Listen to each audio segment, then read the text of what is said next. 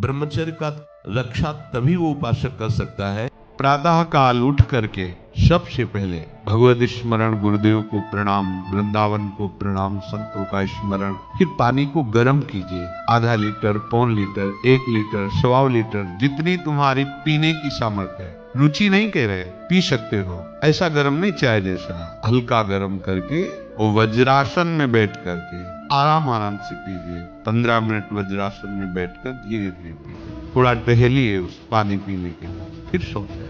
आपको कुछ जरूरत है मल रहित होने की, नहीं वो इतनी हीट पैदा करेंगी कि आपके गुदाद्वार में रोग हो जाएगा, आपको गैस बनने लगेगी, एसिडिटी, आपको कई परेशानियां आ जाए। समोसा, चटनी और ये मूंग का हलवा, ये विविध प्रकार के पदार्थ पचाने की नहीं।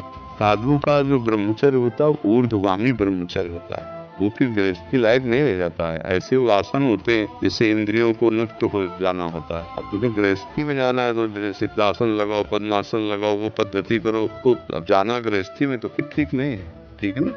गृहस्थी लायक साधन करो, अलग अलग मार्गों के साधन। बाबा जी बनना होता तो अलग मार्ग का साधन है। पैर चुकासन में ऐसे बैठ गए, नाम जप किए, दंड बैठक मारे, व्यायाम और आसन प्राणायाम कर लो थोड़ा, बस इतना है। और नाम जप करो, अच्छे भाव से रहो। अब जो गंदी फिल्में देखोगे, उसमें मोबाइल में वो गंदी चेष्टाएं करोगे तो ब्रह्मचर्य थोड़ी रह पाओगे। चाहे जो जैसे आसन में बैठो, अपना संग देखे तो विमुख जनों का संग त्याग करो। भोजन से ब्रह्मचर्य रंग लाने लगे। अब सही ना हो तो कैसे, कितने भी बड़ी होगी नहीं रहेगी। ब्रह्मचर्य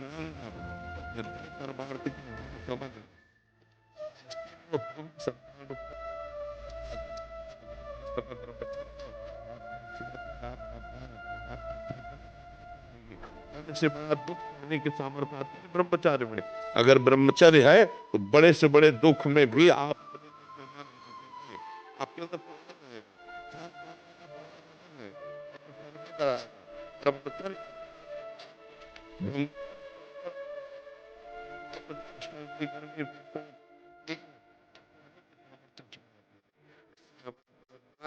अगर वास्तविक आनंद में जीना है तो उचित ब्रह्मचर्य, समय पर अपने गृहस्थ धर्म है तो ब्रह्मचर्य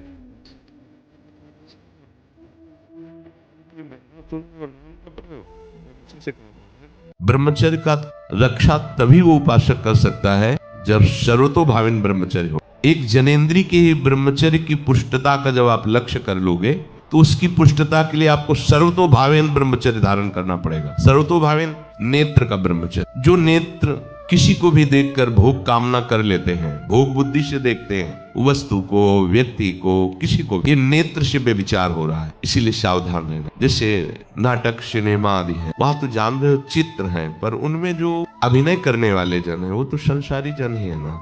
उनका पहनावा, ओढ़ावा, हाव भाव, अंग प्रत्यंग, अगर आप भगवत भाव से युक्त है तो संपूर्ण सृष्टि में कहीं भी दृष्टि जाए अपने प्रभु की भावना होती है। पर वहां तक पहुंचने के लिए आपको ये त्यागना होगा। कई लोग ये समझते हैं कि यदि हम समाज में ब्रह्मचर्य की बात, हस्तक्रिया आदि की बात, शिशु मैथुन आदि की बात करेंगे तो कहीं लोग हम पर ऐसा न सोचे कि ये कैसे शब्दों का उच्चारण कर रहे हैं।